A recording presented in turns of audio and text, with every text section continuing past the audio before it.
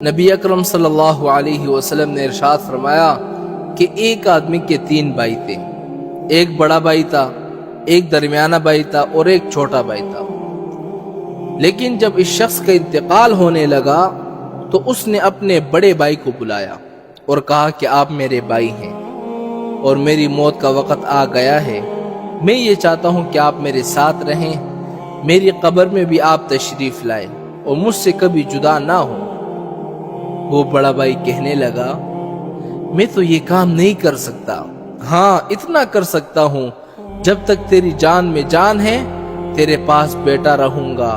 لیکن جب تیری جان نکل جائے گی پھر میرا اور تمہارا کوئی رشتہ نہیں۔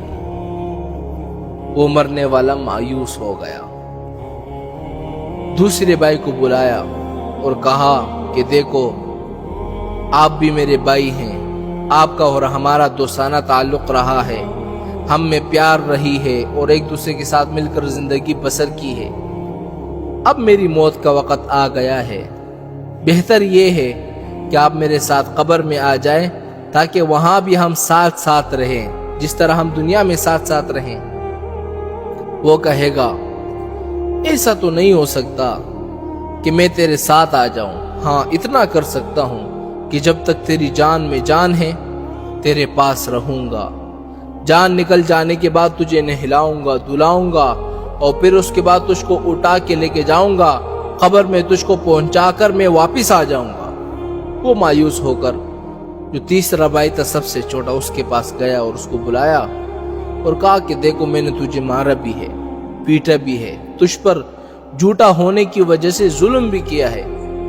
لیکن اب میرا خراب وقت آ گیا ہے، میں مرنے جا رہا ہوں، میرا کوئی سہارا نہیں، اس لیے میں یہ چاہتا ہوں کہ تو میرے ساتھ ساتھ رہے اور تو میرے قبر میں بھی میرے ساتھ آ جا۔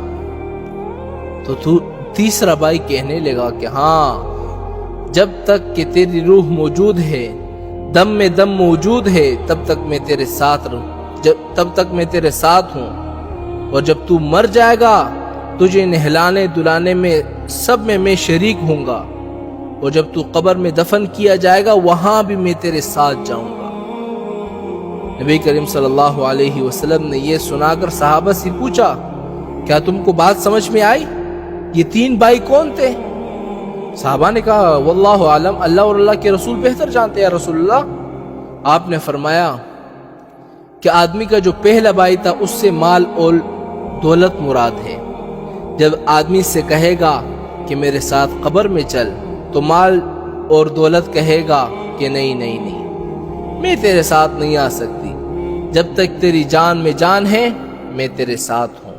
لیکن جب تیری جان نکلے گی تو میرا اور تمہارا کوئی رشتہ نہیں۔ روح نکلتے ہی مال کسی اور کا ہو جاتا ہے،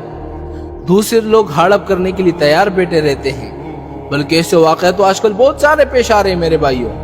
کہ ادھر روح قبض ہوئی نہیں، قبض ہونے کے بعد ادھر مال کے بارے میں جھگڑا شروع ہو گیا ہے کہ مجھے ملے گا تجھے ملے گا۔